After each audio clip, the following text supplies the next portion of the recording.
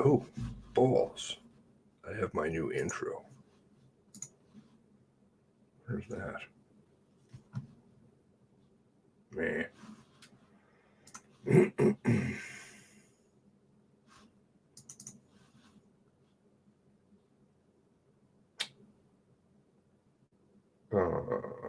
Okay.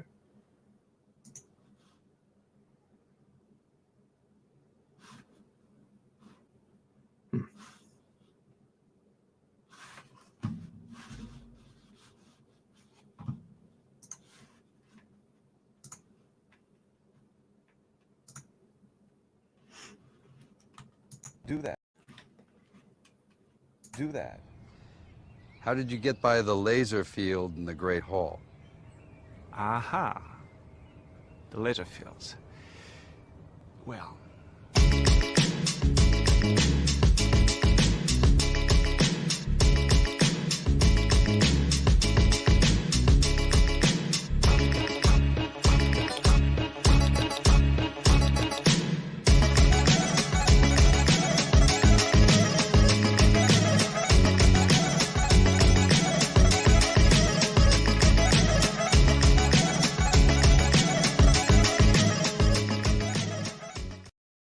Okay, well, 4 of yous. Slipping. Linda, what's up? What's going on? I was just watching your latest video there. Getting a little upset at the RCMP, are you, Slipping? Liv, what's happening there? So, I didn't know if I should do this quite yet. But the other night I was discussing this picture. Let's see, I'll pull it up. How's it going, everybody? What are you guys doing? You a little upset with the RCMP, are you, Slipping?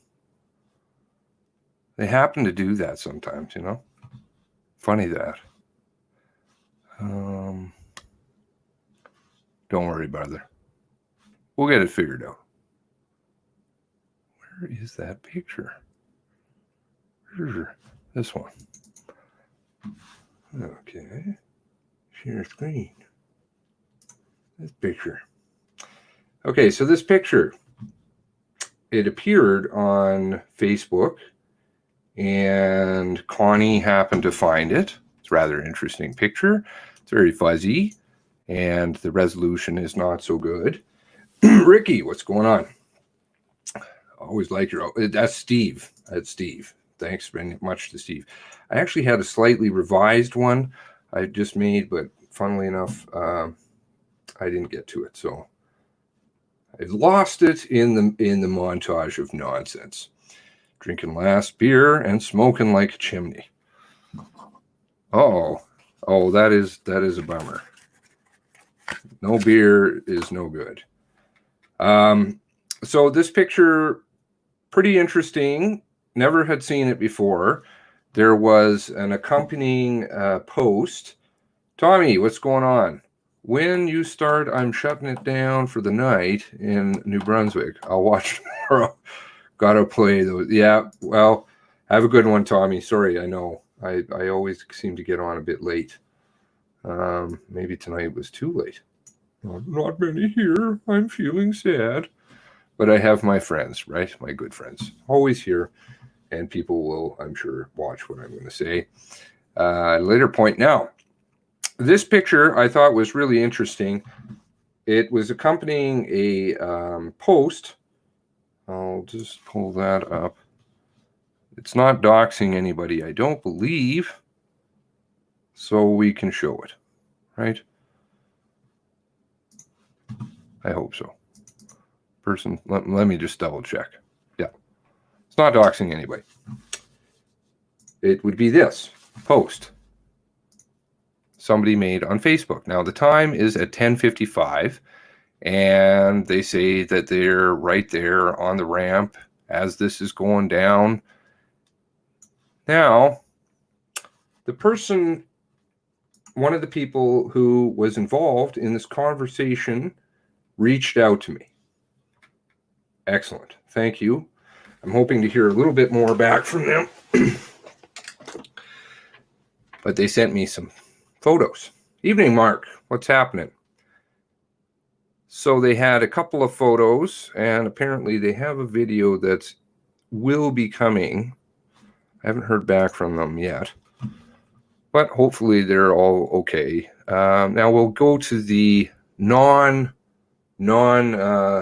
fuzzy version of that photo. How's that? A little bit better quality. We can see a little bit more in it. Boom. So here we have the Explorer. So they contacted me by email, and the email information is always down below. And this picture is taken at 10:55 in the morning. As you can note, there appears to be a body located on the ground. Something is located on the ground by the door. You can see that the supposed Wortman car, we know this because maybe I should play that clip. I was doing a little clipping here last night. Where did I put that stuff? It's in that folder thing. Oh.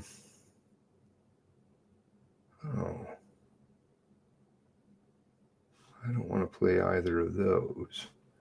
Those I will be playing. But the push bar. So the majority of the damage that happened on the car, according to the RCMP, the car with the most damage was, in fact, quote, Wortman's car. Why that is with no push bumper, I'm not exactly sure, because we know Stevenson's car doesn't have any damage. From this photo, you can tell that also the rear door of Wortman's car is open. There is no damage on the trunk of the supposed Stevenson car, the side of Stevenson's car, the driver's side, nor, as we've seen previously, on the front side of this car. And then we have this supposed Joey Weber car, Joey Weber vehicle. Yes, so where are the people? That was one of the first questions I had. Where are the people? There is nobody in this picture. But this wasn't the only picture they sent. So let's have a look at the second picture. And then we'll read what they sent me. How's that? Exciting stuff. And then we'll break down a couple of other things. And then I want to see what you guys have to say about it. So here is the other photo. This is taken apparently by a different individual. However, the angle is the same. And this is from a different angle of the same as the video, roughly. We have one car on fire. The body is now disappeared. And Wortman's vehicle is getting fully engulfed at this point. And we have the red car all of a sudden there again. And a couple of people just standing around. I'm not sure what that's about. And another looks to be Honda Civic or something in the background. Toyota Prius something. But these photos are rather interesting because they take place not too long after one another, and that they're from the person who sent them.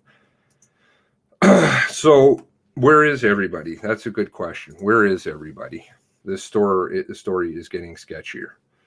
But let's read what the person has to say, because it's, I thought, rather telling. So give me one moment.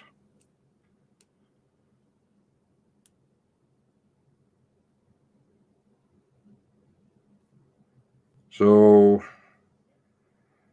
they say, the photo you have of the police cars and the silver SUV belongs to me. I wasn't there. One of my friends was. I was sent the picture immediately after it was taken, and the time is 10:55, and it is correct.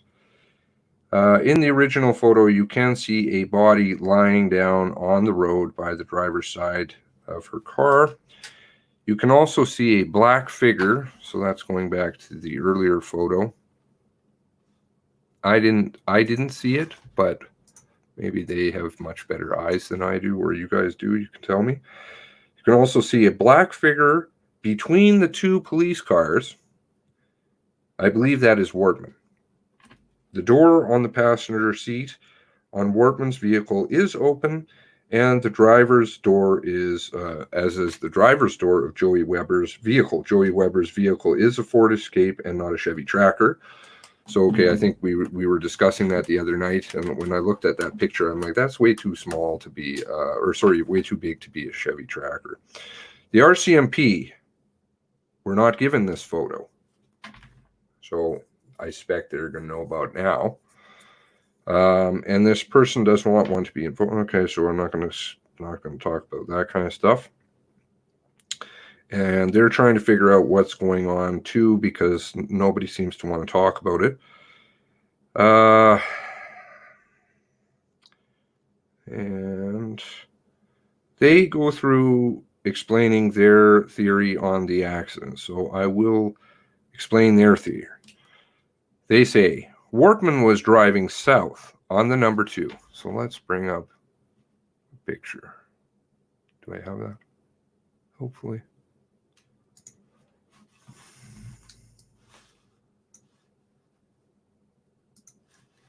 Wortman is traveling south on the number 2. Okay, so the number 2 turns into the 224, as we can see here. The accident takes place roughly here, and the fiery nonsense. So they're saying Wortman is traveling south this direction on number 2. They say that Constable Morrison,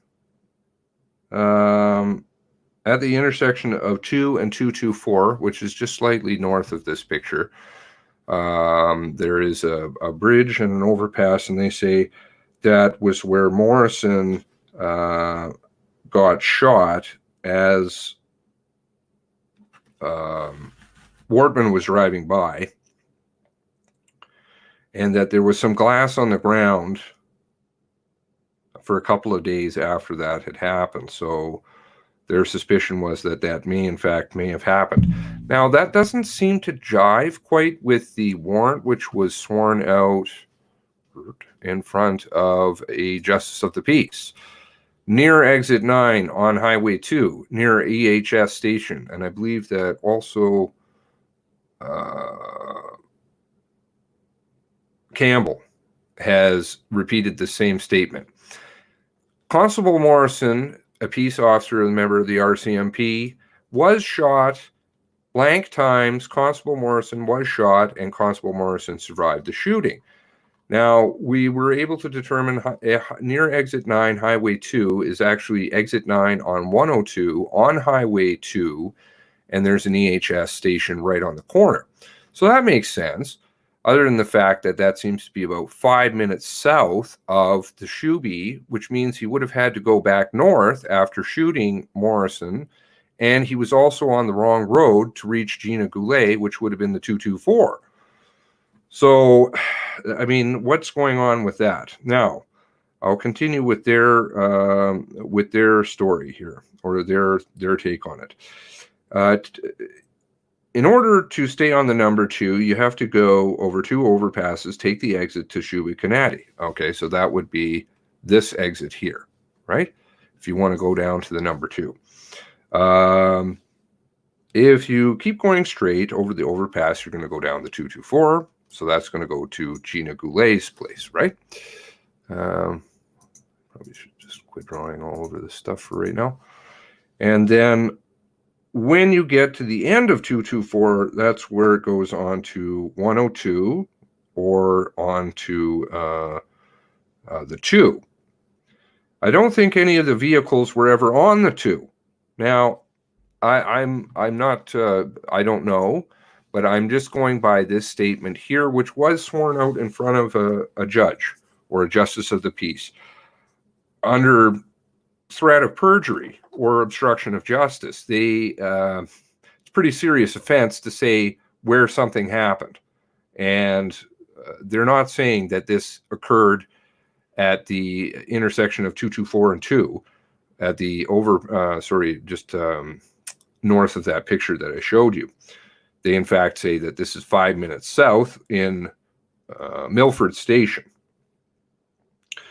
So, but I will continue to go on with their theory or their take on things. I do not think that any of the vehicles were on the number 2, that is, in SHUBE and coming up the ramp.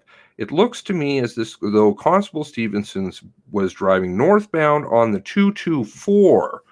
Okay, so let's look at this picture again, because this is all really starts to get kind of interesting. It may seem boring to other people, but to me it does seem interesting. So they are saying that Stevenson is going this direction.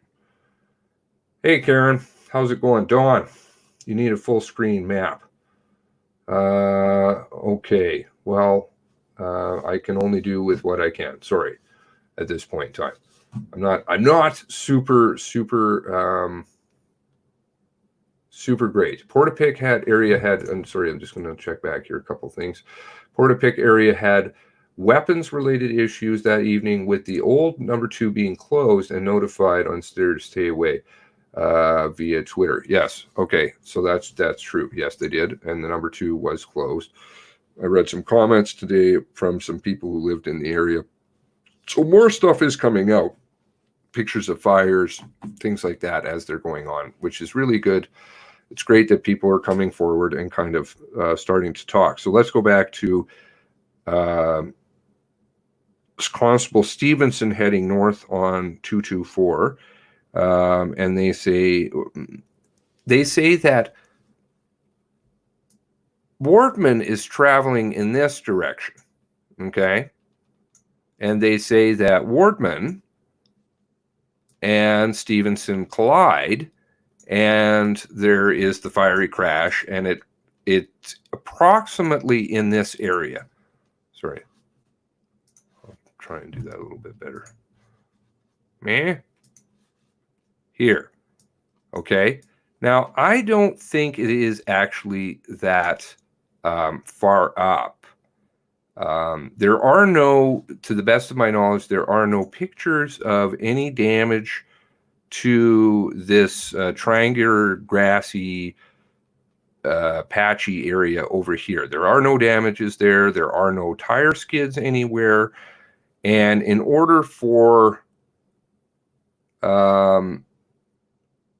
she's saying, this person is saying that Wortman crossed in front of her.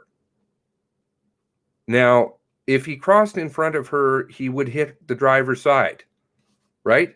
But there's no damage on the driver's side. So that means that if we're going with this, my thinking is that, in fact, it would be like this, right? And the damage any damage that is on her vehicle would occur on the passenger side, which means that the vehicle would be over in this area, but it's not. The vehicle is over here, and in fact, to my knowledge, it's down here. We'll look at the pictures in the video a little bit more. But the damage is on there. Now, some other interesting facts are what? Well, there isn't any damage to the guardrail. How is there this major accident where you have a smash up to this extent, where his car has all kinds of damage, right? On the front end, there doesn't seemingly be any damage on her car, and the guardrail is perfectly fine, and there are no tire marks on the ground. How did this accident exactly happen? My thinking is that if you follow the warrant, what that's saying is that much farther south than here. Let's see if I've still got the Google map open. Oh, do I not? Bollocks.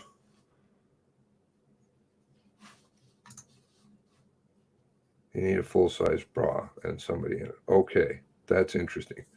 More people need to talk, in my opinion. Hey, Bush baby, what's going on? So let's just have a look at Milford Station here. Where's all my peeps? Did I piss them off? Okay. Thank you for tuning in, all the rest of you. Now, This here, 102, this down here is Highway 2, right? On the 102, this is the exit 9, right here. This is exit 9, as you can see by the green box, which just disappeared. The green box is exit 9. Near exit 9, Highway 2, near the EHS station. Let's see if there's an EHS station right here. Well, let's try here. I don't know. Feeling lucky? Feeling lucky? Lucky stuff? Oh, EHS station. Right there. So I think what was in the warrant, in fact, may be true. Right? Near exit 9, on Highway 2, near the EHS station. Chad Morrison, peace officer and member of the RCMP, was shot. Why, for whatever reason, they feel that this is information that you must not know. How many times? Why? That's a mystery. But I'd say look at the injuries of Constable Morrison, and then things start to get a bit questionable. Constable Morrison was shot, blah, blah, blah, and survived the shooting. Now they say at Highway 224 near Milford Street, Gabriel Wortman was involved in some sort of an accident with the police car being operated by Constable Heidi Stevenson, a peace officer and member of the RCMP. Both vehicles had front-end damage. Now, there is no front-end damage on the supposed Heidi Stevenson car, and according to Campbell, let's see, do I have that in the clips section?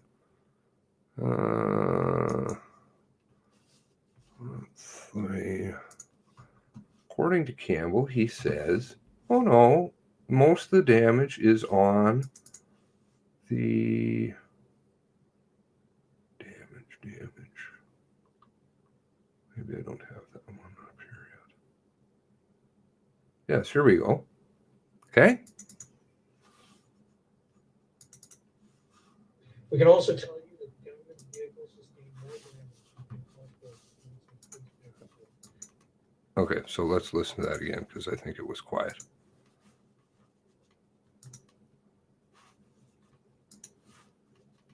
We can also tell you that the gunman's vehicle sustained more damage than Constable Stevenson's police vehicle did. Which car has most damage here, do you think, by that picture? Which one?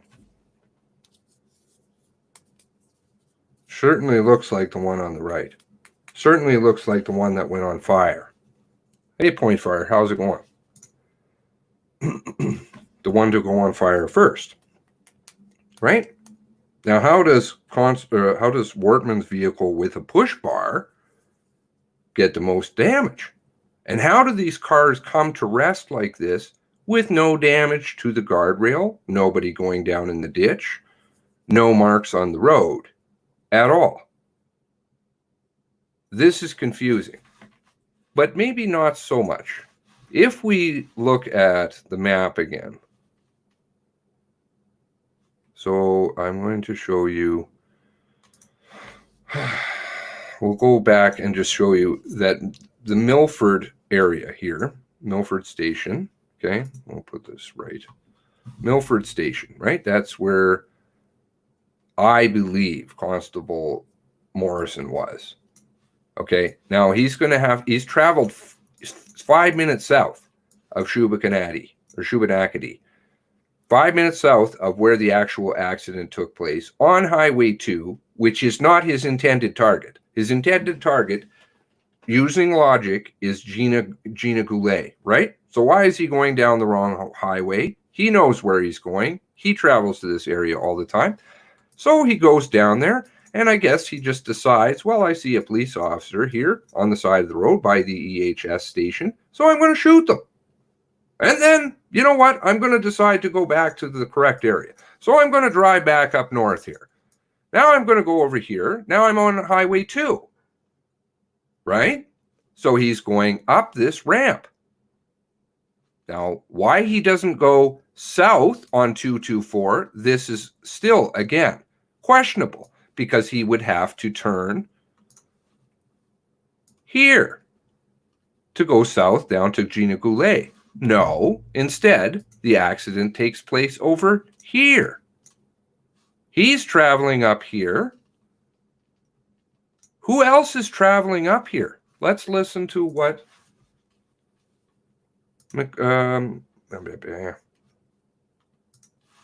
let's listen to what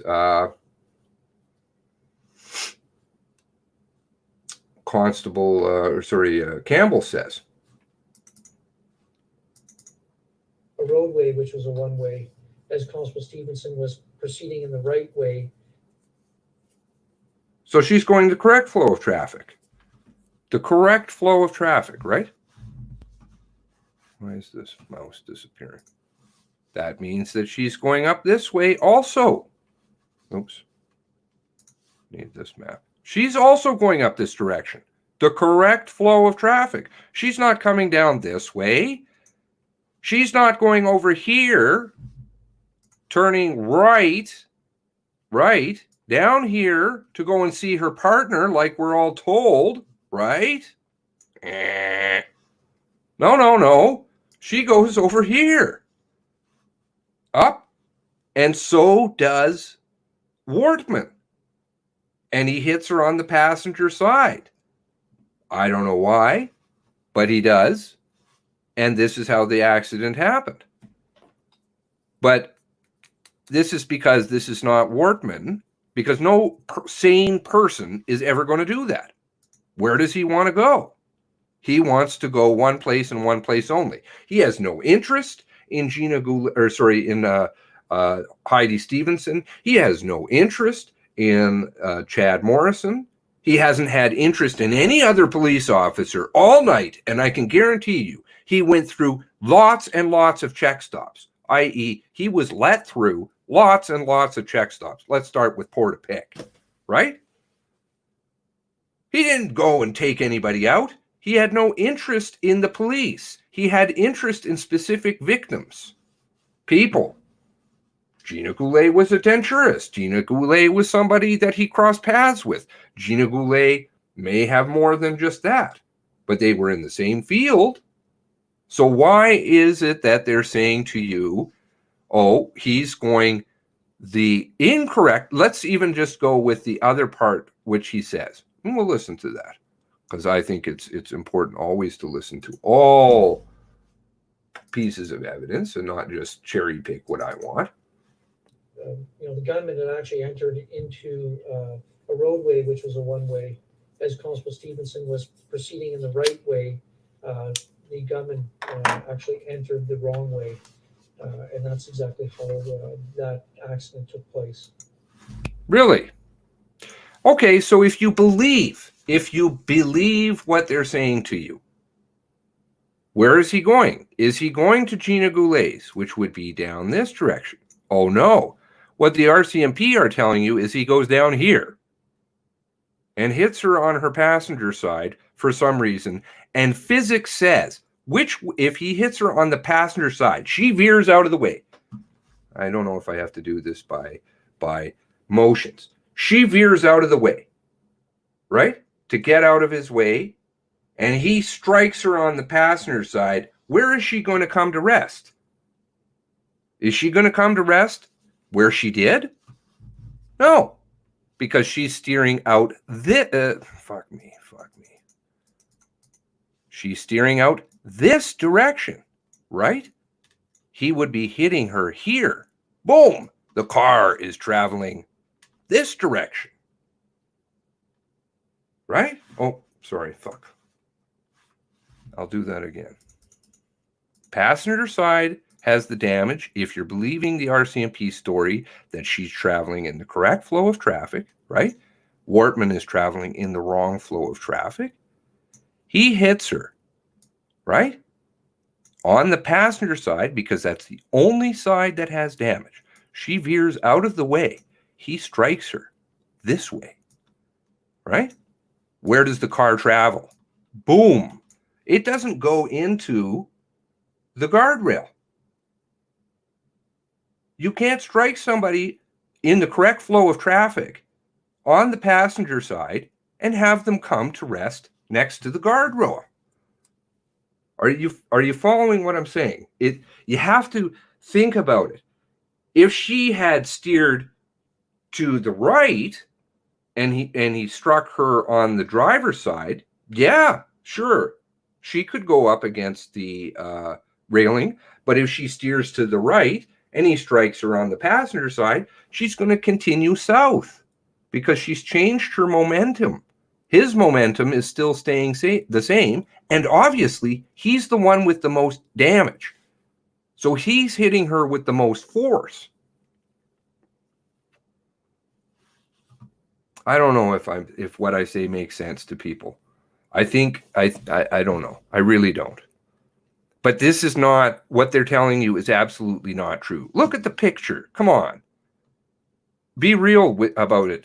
Look at the picture of the car just sitting right snag up against the railing. Look at the video. Oh, baby, we're right on the scene. This is fucked. Her car's just right up next to the railing there.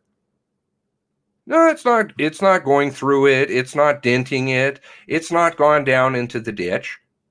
And he struck her on the passenger side. How is that possible? That means he's going north. These cars that are involved in this accident is not Mr. Wortman. Not Mr. Wortman. No push bar. Wrong flow. Wrong direction of travel. Defies physics. Defies logic. Why is he going down south just to magically shoot somebody that he just sees? He's like, oh, by the way, I'm in Milford now all of a sudden. Oh, there's a police officer. I've seen lots of police officers all day. And you know what? I'm going to get some more heat on me. I'm going to decide to shoot one who's just sitting there, as we're told, waiting for Stevenson. Stevenson, who's going the wrong direction of travel because she would go number 2 north. So he just decides, oh, I'm going to shoot him. Oh, and then I'll flip a 180. Then I'll go 5 minutes back north. Then I'll get into, oh, I see a car. I'm going to go veer right into it. Defy physics. She's going to travel the opposite direction. And then you're going to have photos with this vehicle with no people. What's that about? No skid marks on the road. Right? So they did tell me a few more details that somebody got pulled down into once the ERT team came there. They said, "Where's the other cop? Where's the other cop?" Was something that they said that happened. And they also said they were running around talking to the people that were there. So that's at the second picture. By that stage, where is that here? This one, right? We've got the ERT members on scene now, right? We've all seen the video from behind. The body is now gone. And she says, they say, where is the other cop? Where is the other police officer? They keep yelling to the bystanders. And the ERTs are also seen carrying something over the guardrail and down into the bank. Now, that video that we saw people go down into the bank, right? In this video, if you watch, you'll see people, 2 of them right here. Here they go, over down into the bank. So fucked. He's in that car. And I've always wondered, where the hell were they going? What were they doing?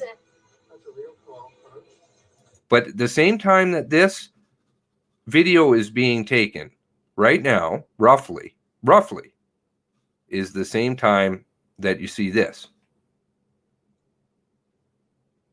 It's just a different angle.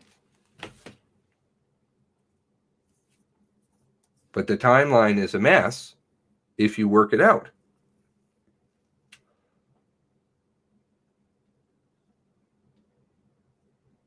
Is anybody understanding what I'm saying? She's talking about radishes. I think I lose people a lot.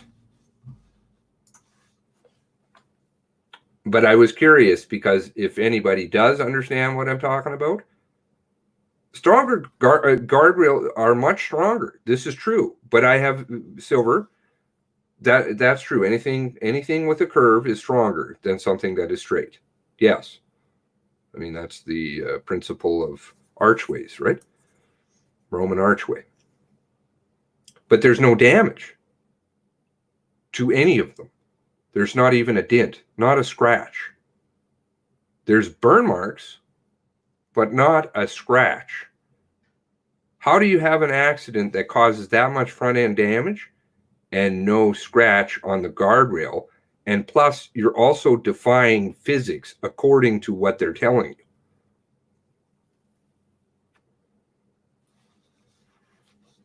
What makes sense to you, Karen?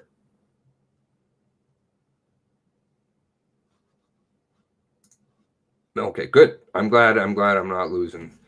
I'm glad I'm not losing people because that defies logic. It defies logic for him to travel down the number 2.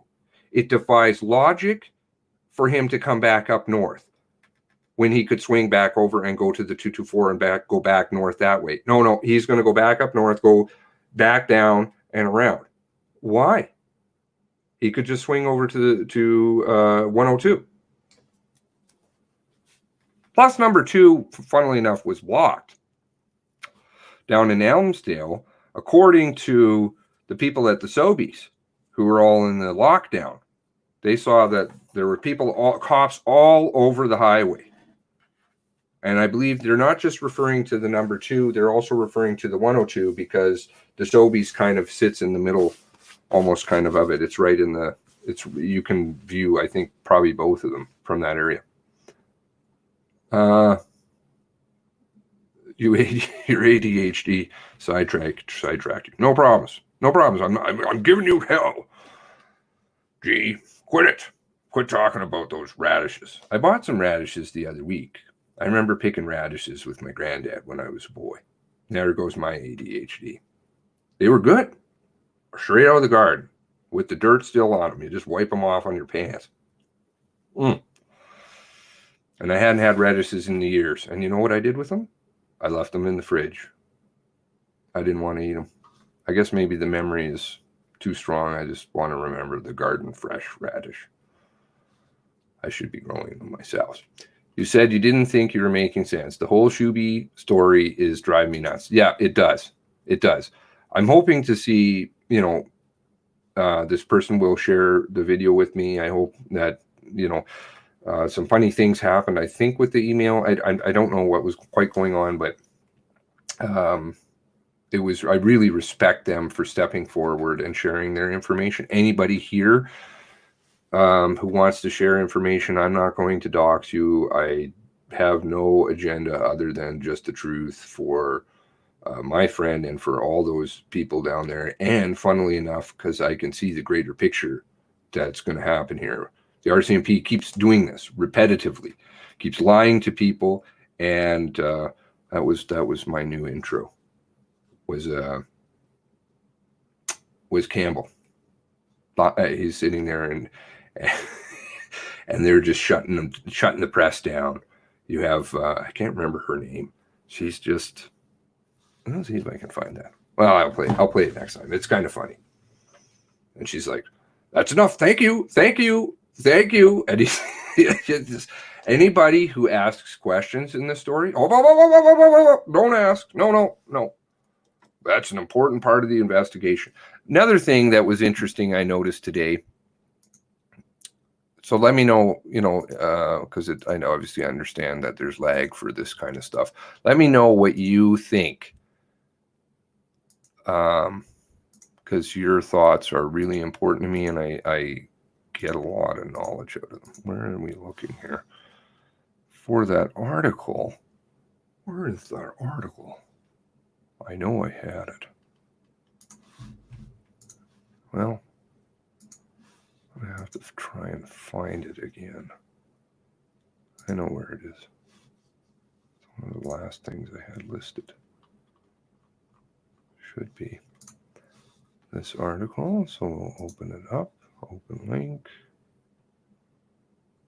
Link. Open.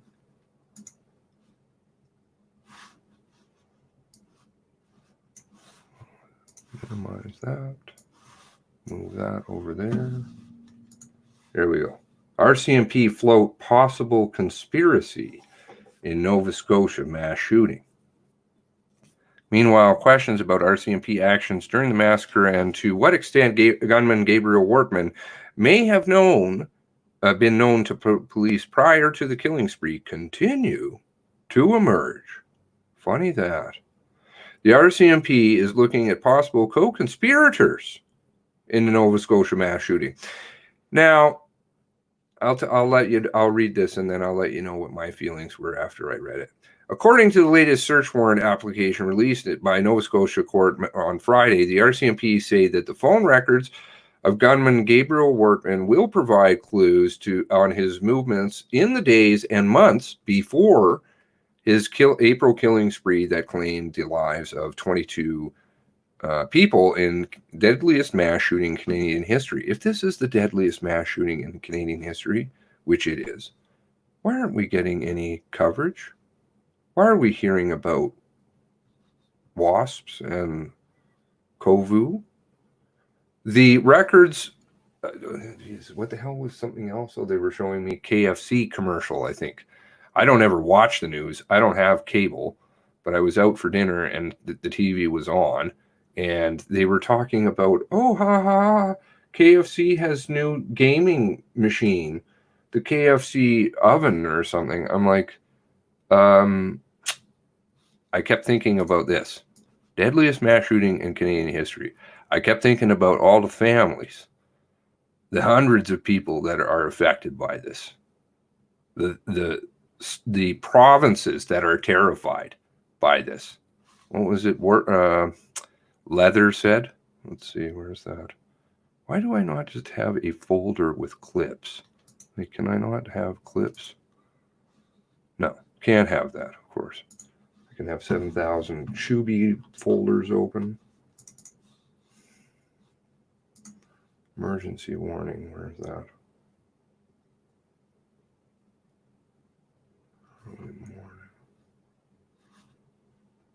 Injustice collector. God, some of these clips I'm getting, they're pretty good. Oh, there's nothing about the warning.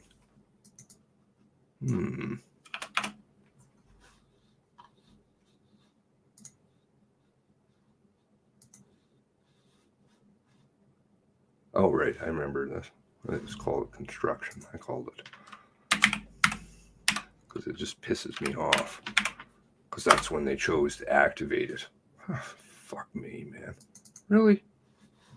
On April 24th, I made the decision to activate Alert Ready in a separate incident where credible information was received of shots fired involving an automatic gun moving towards a densely populated area within the Halifax region. You do remember what the credible information that he received was, right?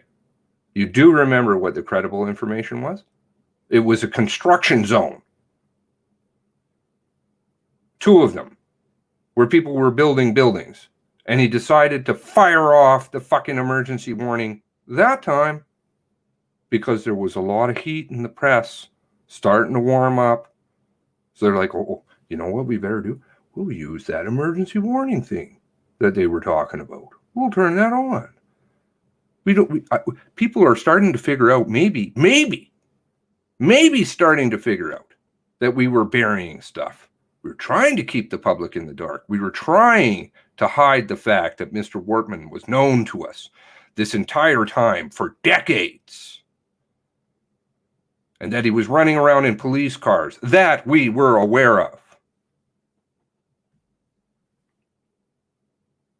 So, we didn't use it then because we were trying to cover our ass. Because we thought we could hide it down in Portapique. But, it got out. And then there was a bit of a problem. So, you know what? When things start to heat up in the press, we're going to say that there's an emergency warning. Now listen to this, his reasoning for not using it. As a result of activating the alert for dynamically sensitive, we learned of the unintended consequences. Following the alert, there were a large number of people who called 911 to ask non-emergency related questions, such as, should I pick up my children? Where should I hide? What do I do? You know why they're asking those questions, sir? I'll tell you why they're asking those questions. Because you fucked up! And a lot of people died! That's why. And they're traumatized. And who did that? Oh, that would be you, sir. You. Oh, you. Right? That's why. That's why people are scared to death. So then he's going to say to you, well, you know what? This is why we don't use the emergency broadcasting system, because it scares people. We don't want to scare anybody, so we'll just leave them. We'll leave them to be slaughtered. Come on. Really? In addition, the alert was activated well beyond the affected geographic area. And what I mean by that is people who lived in Prince Edward Island and Yarmouth received the alert for what was an HRN incident. This resulted in delays to calls being answered at provincial 911 centers, and many calls were not answered at all because of the call volumes. Well, then, I would say, next time you see a construction zone, and just because you're in shit and you're worried, you're going to try and say the fire isn't over there, so we'll turn on the emergency warning system because we hear a few construction zones noises. I would say this would be a good time not to turn it on, right? Because construction zones are kind of normal. The guy traveling out of the store at the Canadian Tire with an airsoft gun that he legally purchased is kind of legal. Construction zone, legal. Construction zone number 2, legal. And man with an airsoft gun, legal. Or was he trying to hide something? Oh, no. No, don't get angry at us. We use the emergency broadcast system, see? And then turn around and actually get angry at you about it. It's your fault. This is why we don't use it. Because, you're going to get terrified. Well, you fucking terrified these people because you weren't able to deal with this man decades before.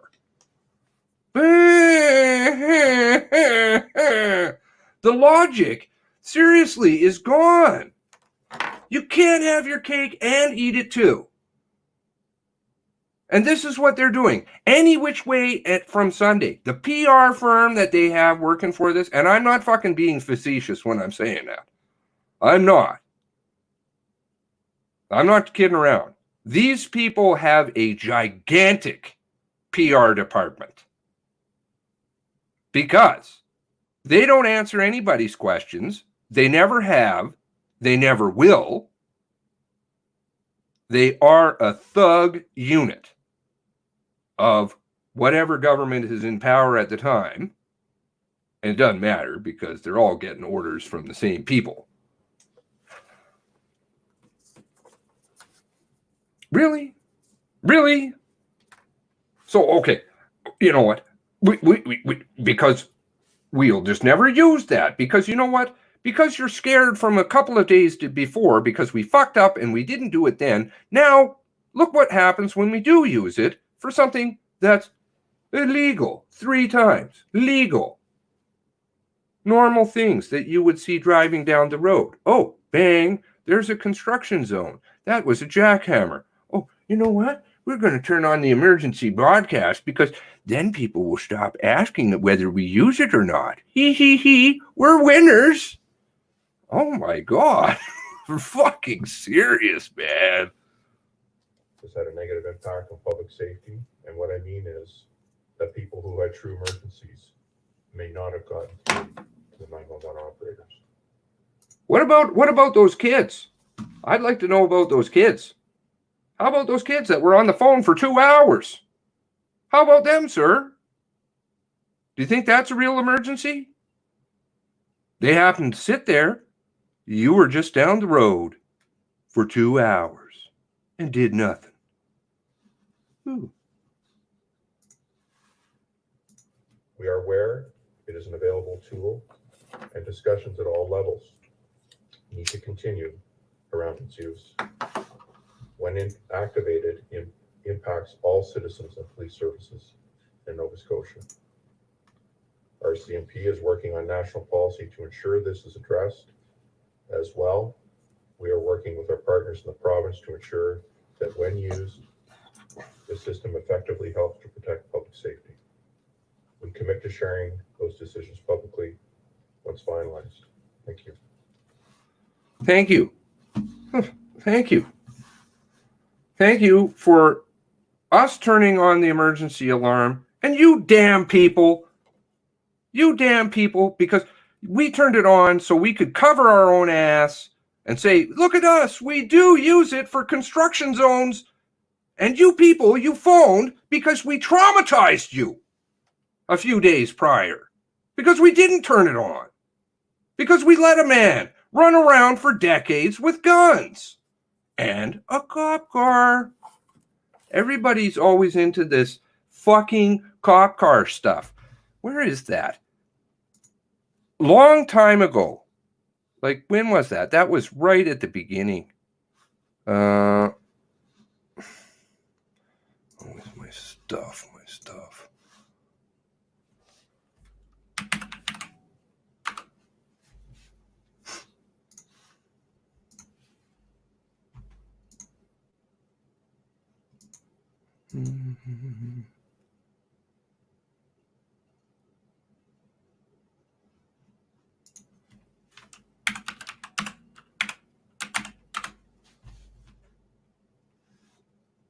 the fuck did I put it?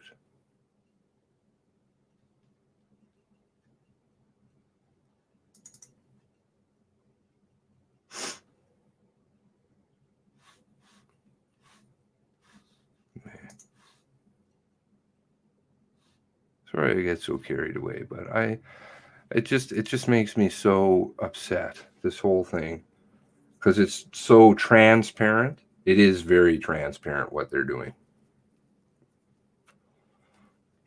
I stress what? What is that? I stress smoke when oh, I'm sorry, Liv. I'm really sorry. I don't mean to do that. Where was that? Was that this? No.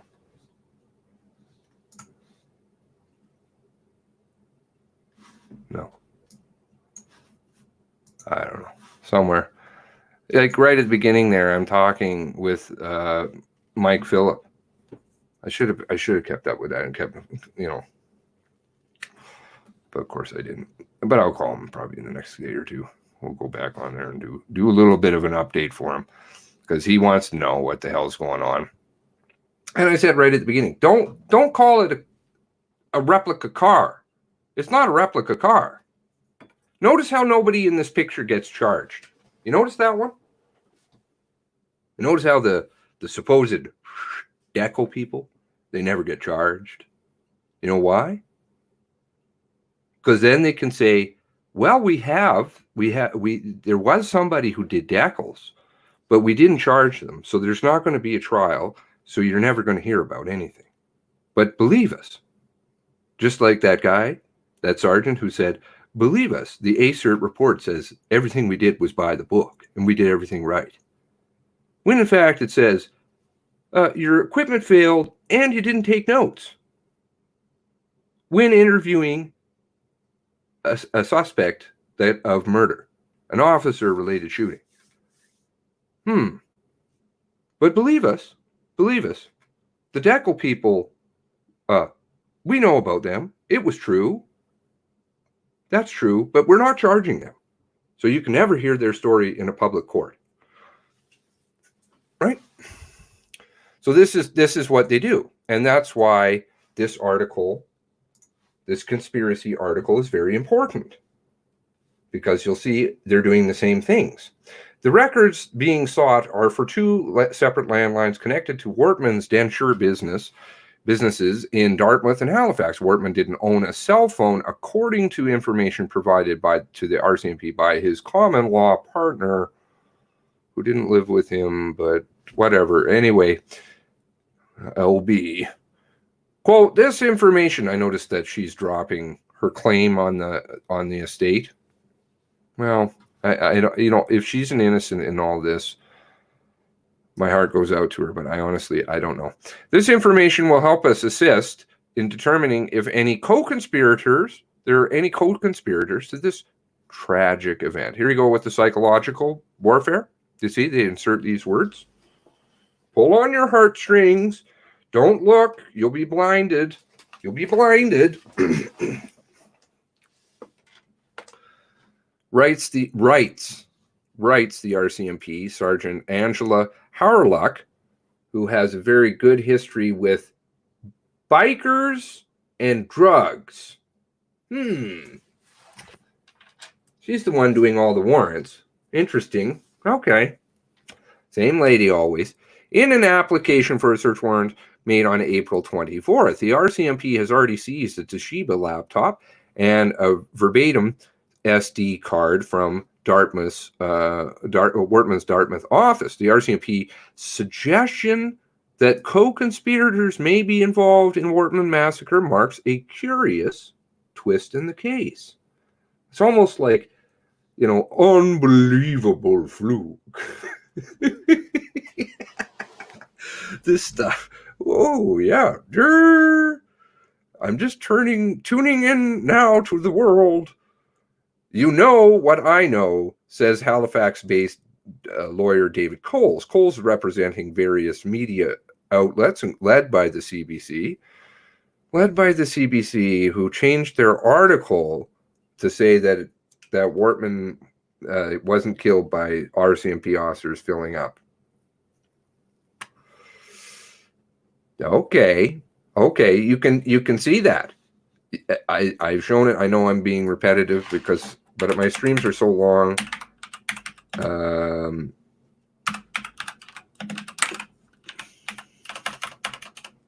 If I can spell.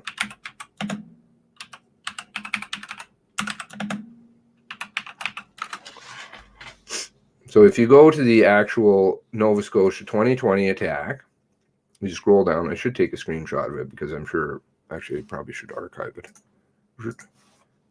Even though they're supposedly keep them. The alterations you can find.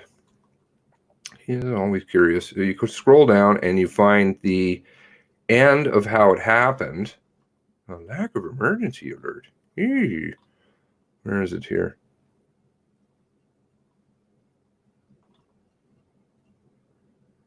Oh, COVID. Yes, COVID made him do it with all his millions. Here we go. At least one RCMP officer who was already there to fill up on gas recognized Wortman and fatally shot him in his car. Oh, I've got a curious story about that when we're done this. Wortman's death was confirmed at 11:40. Now, okay, footnote. I'm a footnoter. I like footnotes because this is the way I learned to go to school. You write papers with footnotes. You have bibliographies. You have multiple proofs for papers. I don't know. Kids nowadays, they can't even read. Okay, so in this article, right, should have fill up. Find fill. Oh, that's strange. It's not there. Why? This is footnoted. Oh, you know what you can do? Okay, this is what you do. You do this, and you go here.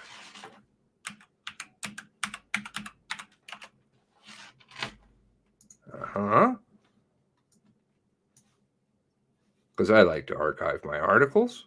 So we're going to go and we're going to look for the snapshot of the same article.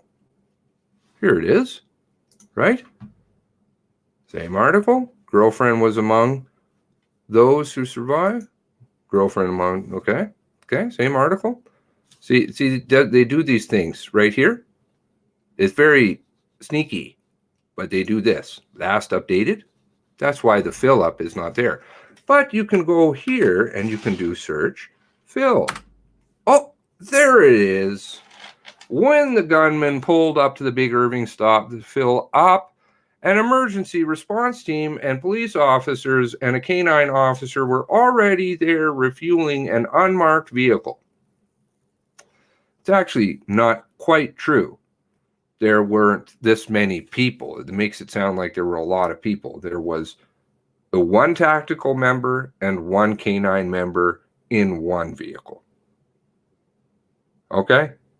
This is what the press does to you. So them saying that they're leading the charge. Remember who is the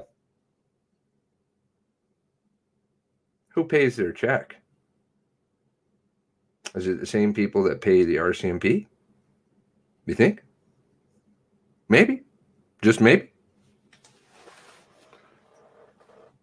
And if you think it's only for the CBC, you're sadly mistaken. I assure you. Very sadly mistaken. I found it many times. So, okay, let's continue on reading that article. Possible. Coles representing various media outlets led by the CBC seeking to release information related to at least 20 search warrants executed so far by the RCMP's investigation into the massacre. A batch of 7 warrants, some of the contents, I like this, some of the contents which have been redacted. Well, I would say the majority, have so far been released in a legal proceeding which is taking place via teleconference. Now, one has to ask themselves, I probably didn't even have that on camera. One has to ask themselves, was the fill up on camera? There's the fill up right there. No fill up here. Okay. Anyway, my techno bumpkinness.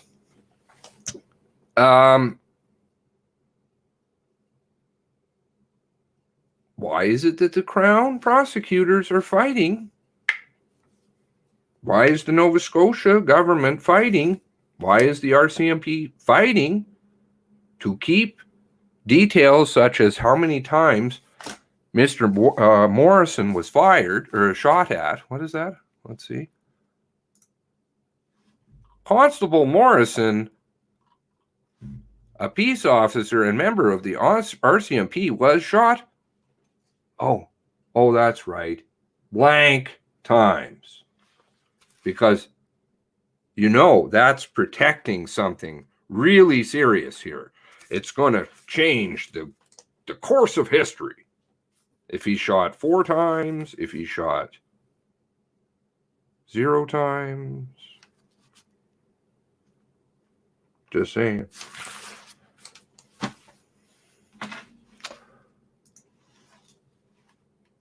So far have been released through legal proceedings which take place via teleconference in May.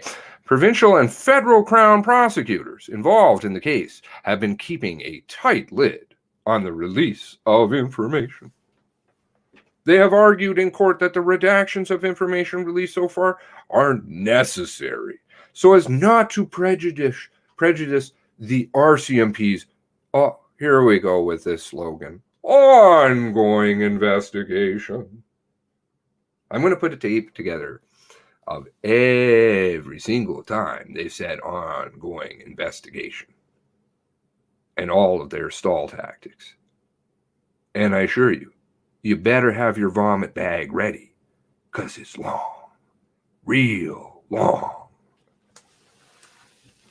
Can't answer that because of ongoing investigation. Coles will be cross-examined witnesses on the reasons for those redactions in court later this month. But it may be months before all information related to the search warrants is publicly available. And I can tell you, in other cases I'm familiar with, you don't get shit. Zip. Quebec Mosque? Anybody? Me? On the theory of co-conspirators, the RCMP has already cleared two reportedly estranged relatives of Wortman, who are former RCMP members, and an officer with the Halifax Regional Police described as an associate of Wortman's, of any direct involvement with the case. Thinking cap, Wortman had multiple RCMP police officer uniforms.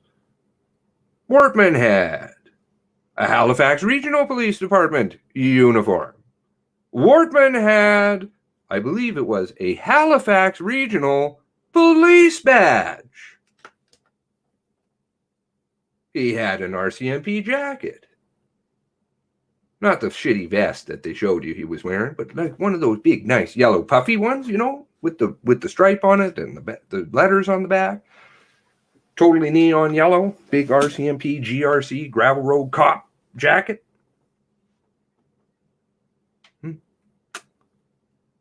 But those people didn't give him anything, of course. No, can't do that. Can't do that.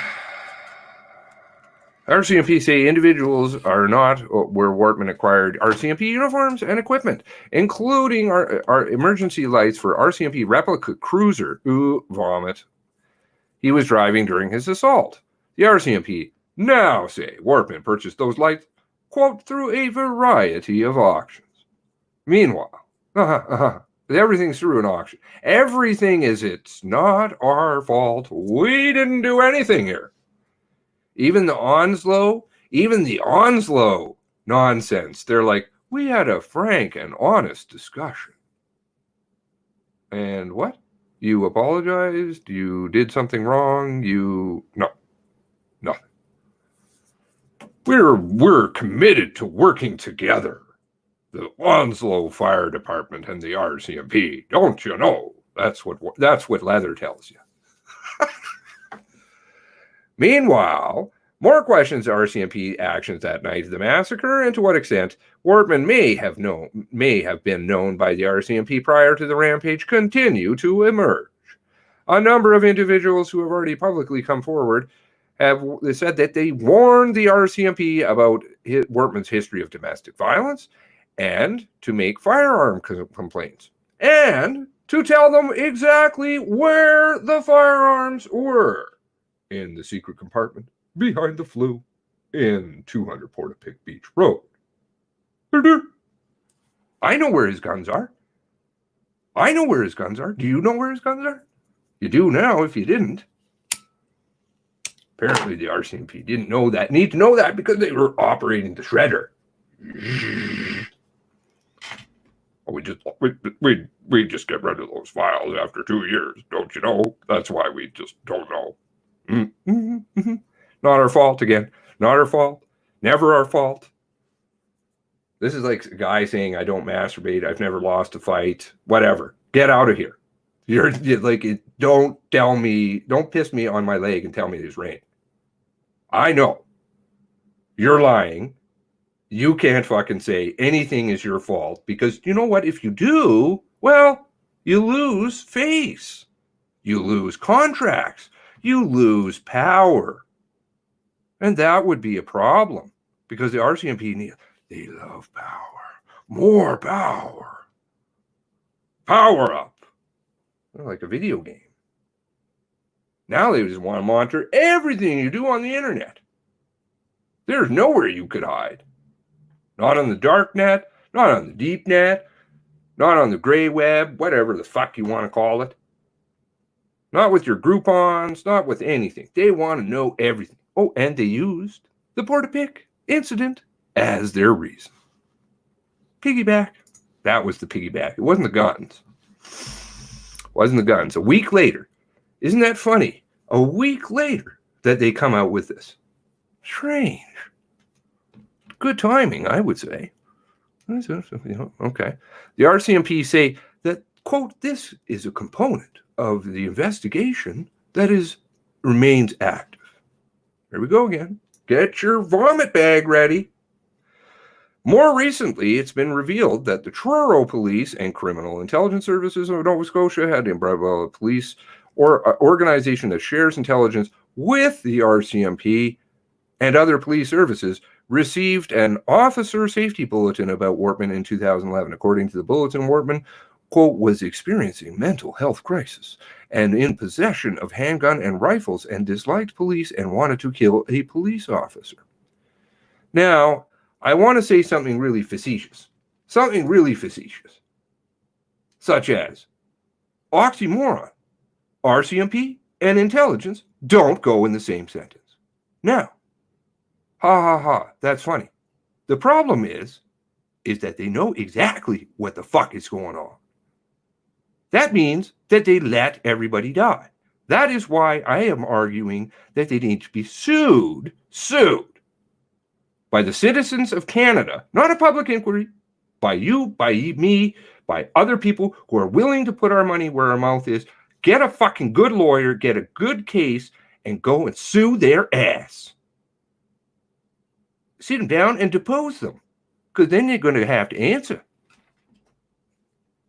under threat of perjury or obstruction of justice.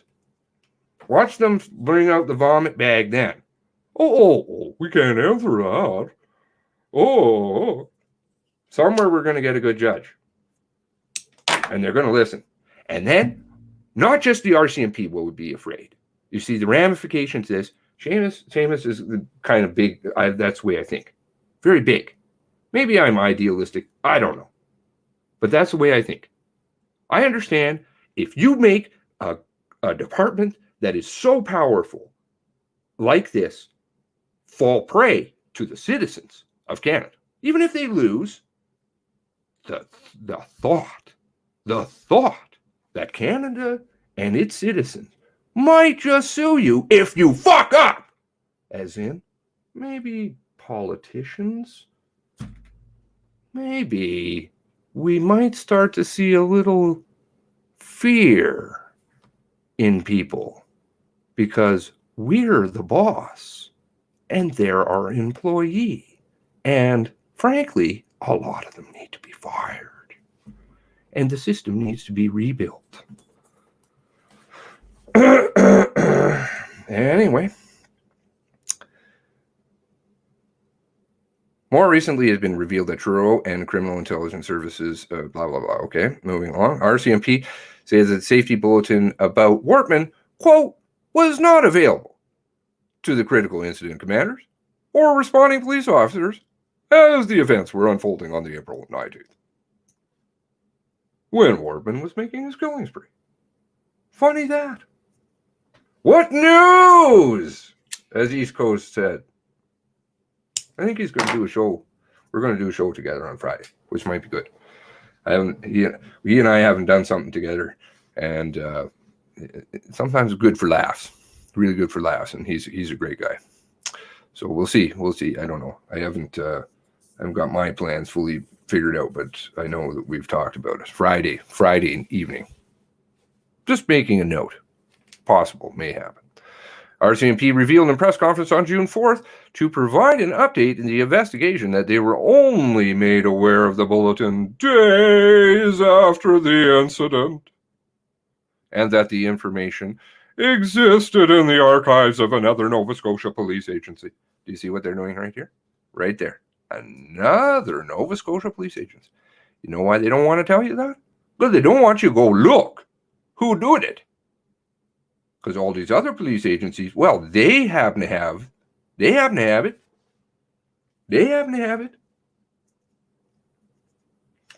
Only the best police force apparently in the land, which is just going to go with the fact that they're really stupid.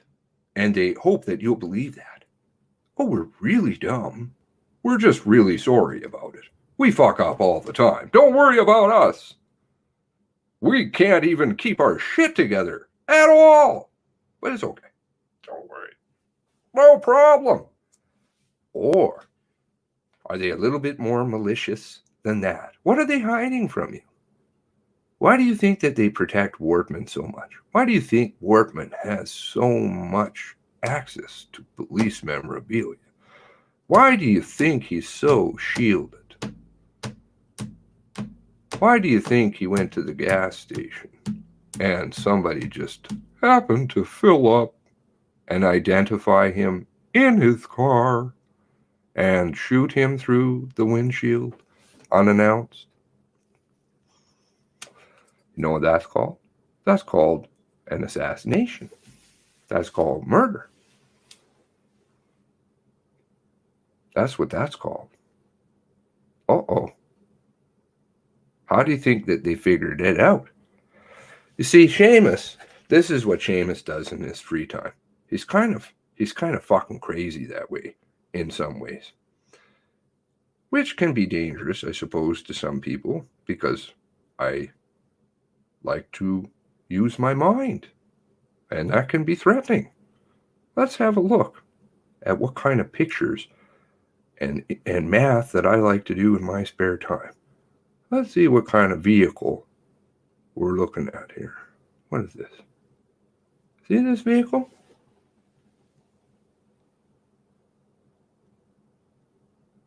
You know what that is?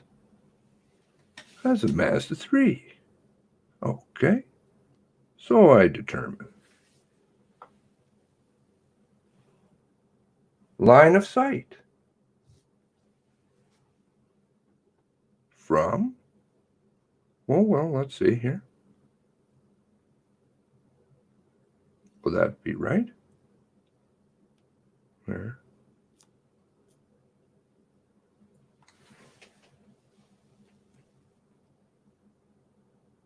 A Yukon. Line of sight.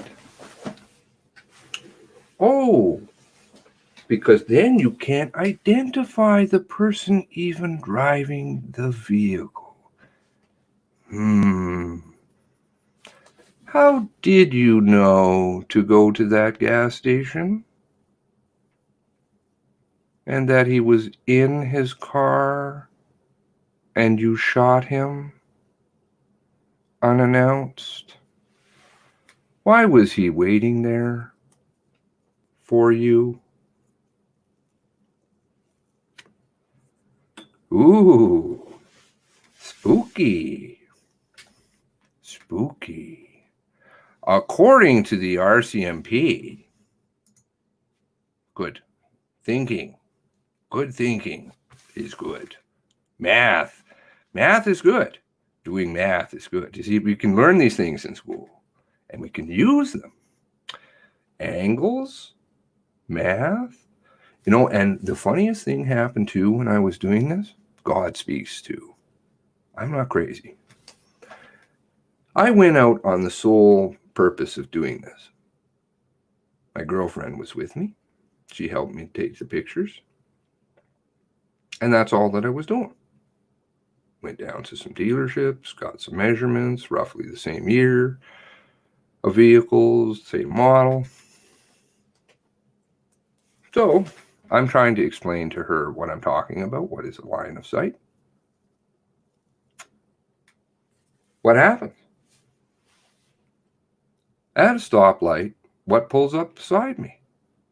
Oh, that would be an undercover police truck. You know what I could see? I don't drive Mazda 3. True. You know what I could see? I could see an arm. And I could see a shoulder flash down here. But I couldn't see a face. And you know what? If I couldn't see a face, that means, just like that truck says, if you can't see my mirrors, I can't see you. The officer can't see me. Oh, so how do you know when the person is driving a different vehicle, not wearing the same clothing,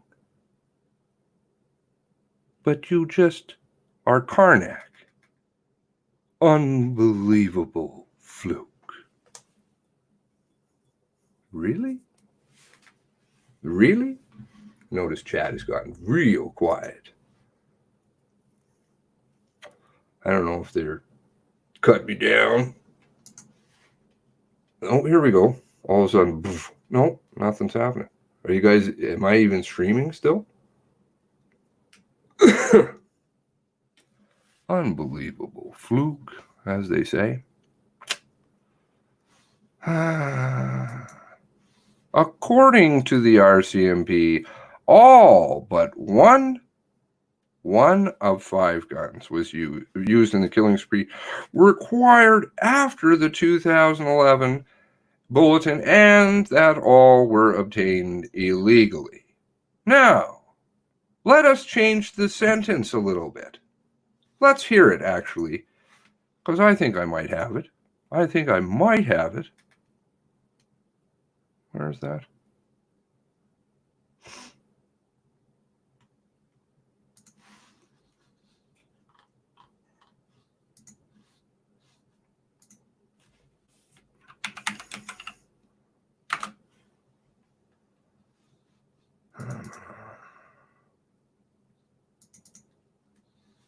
Three of the weapons that were in the gunman's possession on April 19th were certainly acquired well after the 2011 bulletin.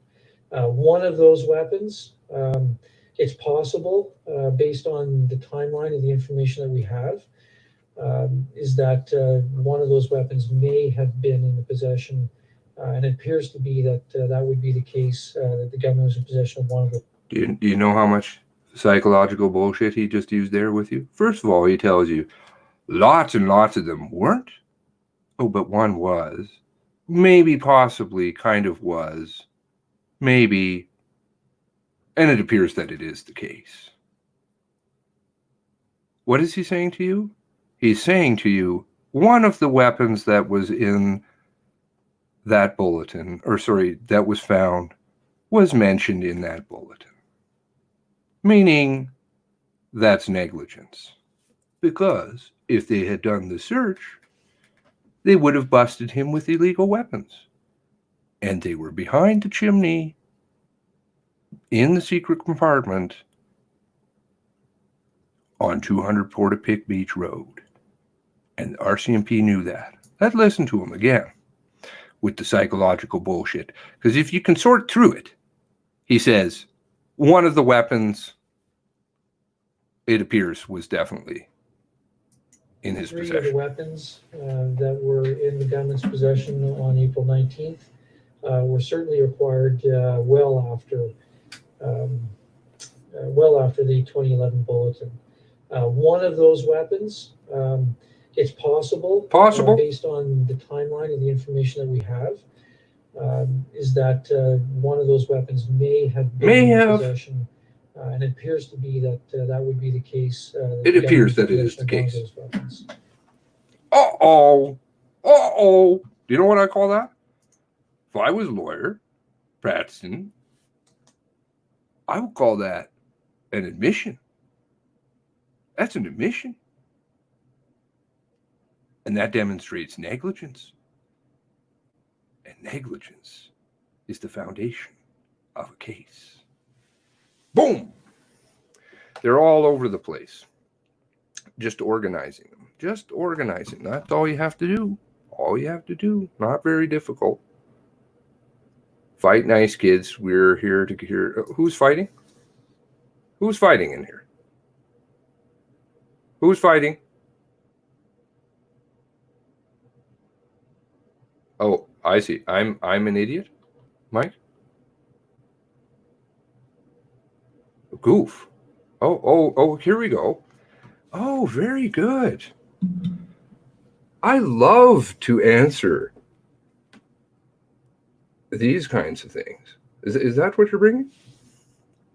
Who's an idiot and who's a goof? Would that be me?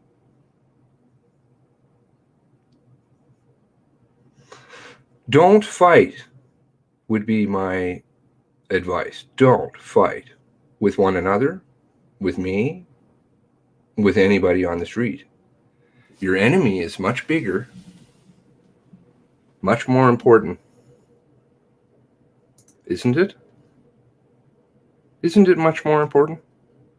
Sticking our minds collectively together, working together to common, better purposes.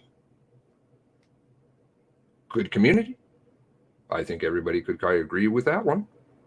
No?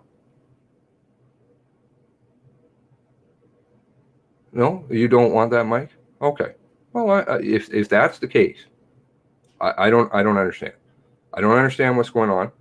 But again, I've had to try this a couple of times. I'll plead with people not to fight with one another. And if people are interfering, okay, so some people are interfering, okay. Everybody's entitled to their opinions. My granddad used to say, opinions and assholes, everybody's got them. True. Some of them are good, some of them are bad, some of them you're gonna learn from, and some of them you're not. Some of them you'll be able to teach somebody else if the person's receptive. If the person's not receptive and just wants to throw around ad hominem attacks or something like that, it's not very constructive. I like working with people who are constructive.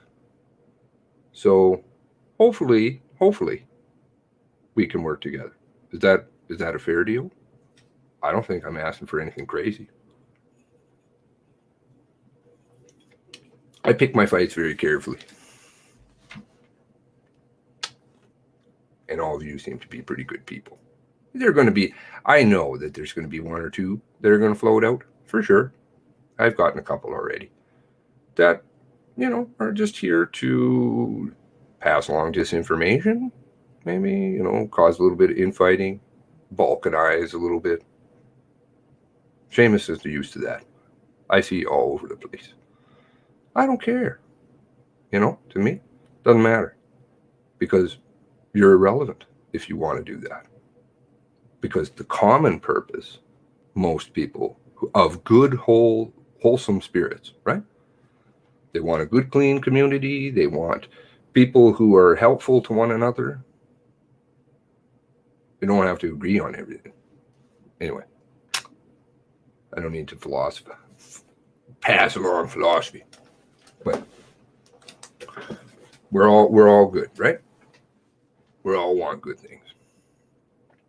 Those that aren't, that society has a funny way of doing things. It did in the past. And even though we've kind of gotten into kind of a bit of a zone where people sow intentional disruption and disharmony amongst people, intentional. It's very purposeful, right? People that are paid, people that are agent provocateurs, right? Okay. Well, can we make peace?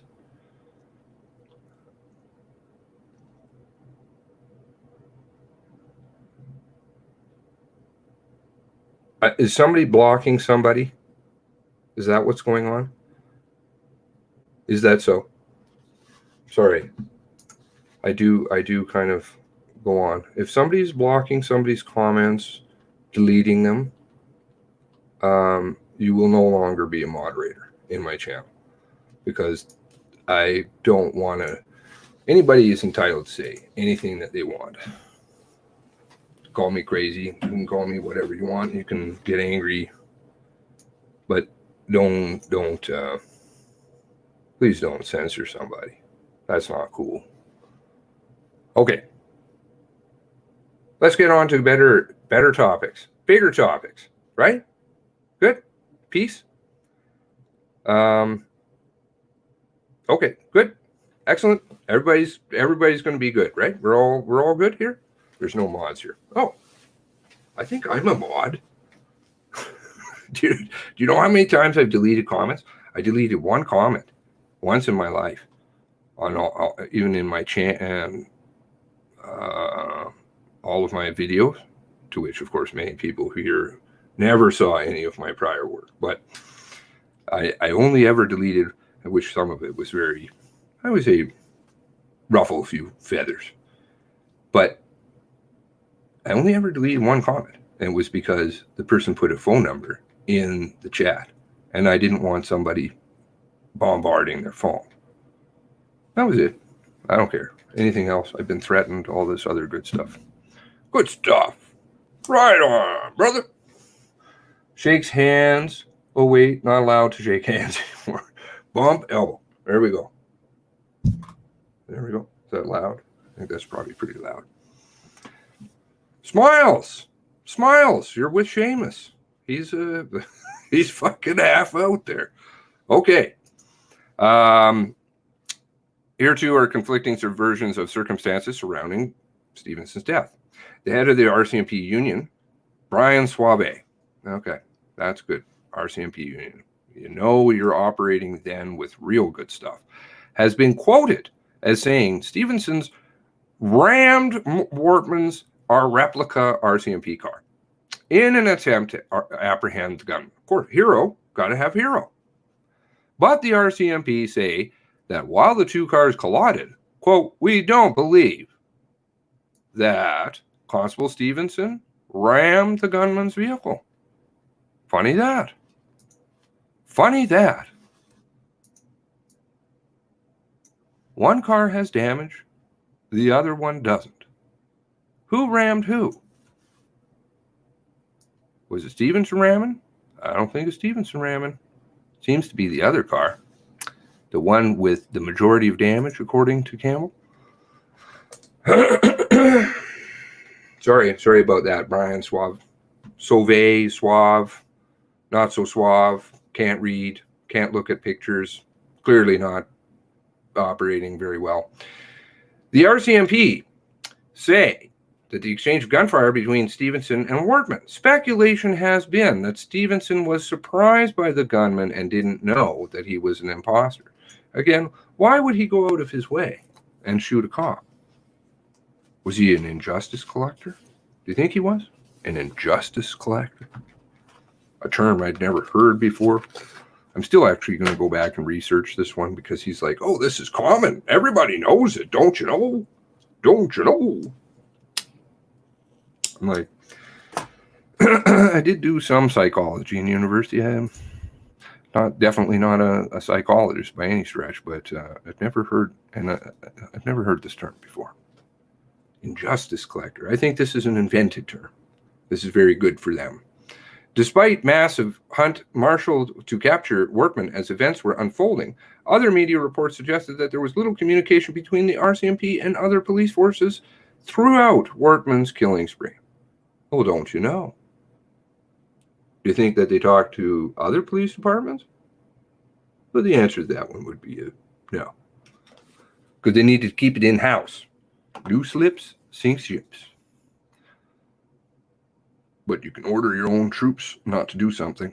The RCMP maintains other police agencies were called to cover calls for service in RCMP jurisdictions while our officers were occupied in the response.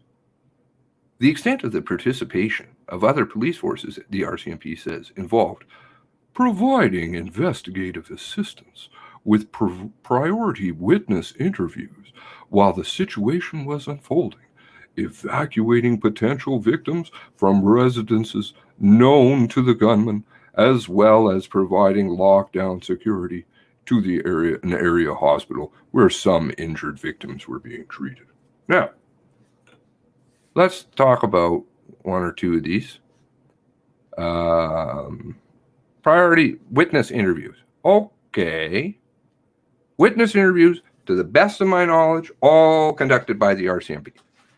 Even in Halifax Regional Police area.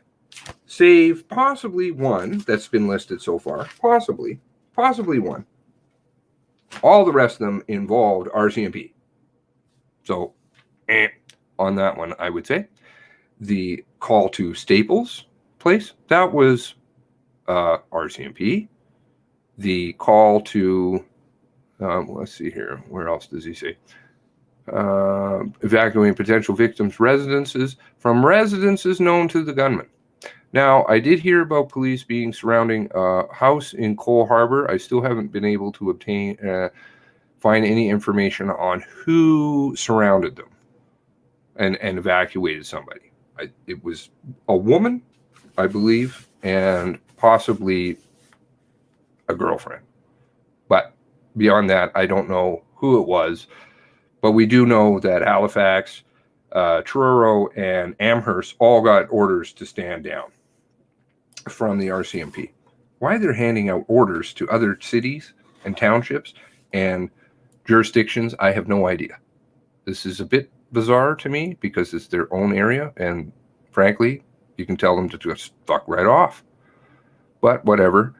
And we do know also that in Moncton, the father had a little early morning visit, way before the girlfriend came out of the woods. Way before. 5 a.m. by the RCMP. Nathan Staples was visited at 12:30 a.m. by the RCMP. To date, more than 650 people interviewed from British Columbia, Alberta, Ontario, New Brunswick, Nova Scotia, and the United States have been interviewed by the RCMP as part of its investigation. Ugh, vomit. RCMP profilers and RCMP forensic psychologists have been deployed. Quote, in an effort to better understand the gunman, why he committed these horrible crimes, and to determine if there were any predictable factors that may assist in preventing future similar tragedies. I say that would just be a fail. That would be like answering emails, not in 2 hours, saying we want to help you. That would be responding to the repeated calls from Nova Scotia emergency, whatever department handles the emergency calls. They won't talk either about who gives out orders. It's like everybody's giving out orders is RCMP. But why did I say this even at the beginning? RCMP float possible conspiracy in Nova Scotia mass shooting. This is important. Why?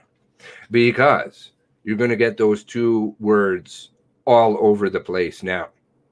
All over the place. Because like Frank Magazine said right at the beginning to Leather, you don't need a bow on this one. He's already dead. You're not going to have trial. You said it was a solo activity, so you can tell us all the details. But you see, now what they're going to say, ongoing investigation. All over the place. Because they just want to shut down. Shut it down! Shut it down. Okay. So, wait. This is why I always burn holes and shit all the time. I'm getting like my grandma. She always used to burn holes and shit. But, you think the RCMP is just making shit up as they go? I agree. I would agree with you, Bush. Totally. It is a PR campaign, and it's predictive. It's predictive in some senses. It also pays attention to what people are listening to and watching. Project Wide Awake. Very easy for them to determine who's talking about them at all. And so they just go through and kind of listen to what people are saying. And then they just do planning a little bit ahead. This is why you're going to hear about the bumper probably has been burned off, right? That's what they're going to say. That's what they're going to say. I was told by somebody who has connections to RCMP. Oh, they're going to tell you that the bumper burned off. That's why you don't see the bumper. It's very much about chess. We got to think ahead. What are these people going to do? Okay, this is how we're going to do it. We'll say it's a conspiracy theory, or there's other conspirators involved in this situation. So therefore, we don't have to answer any questions. Do you follow what they do? It's very strategic. It's really quite kindergarten level. Like, it's quite sad. Frankly, it's insulting on the intelligence. Very insulting. And I feel badly. I do pity them, because in my own way, I feel badly for people who are thinking that they're very intelligent and sadly fall very short. We have collectively a lot of great minds. They have a special needs stick. We can win this one. And I'm telling you, we can. And the ramifications of it, again, chess. I play chess too. What happened? Even if you lose, which frankly, I think this one's got win, win, win all over it.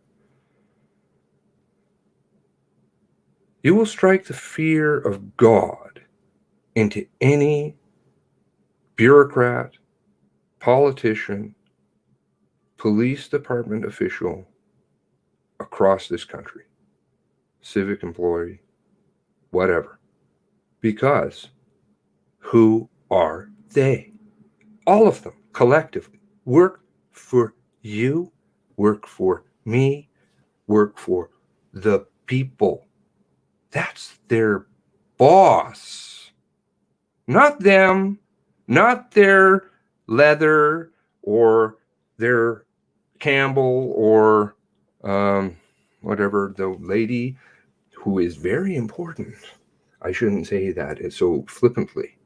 She's very important. She's the commander of the Nova Scotia department. She's the head honcho there.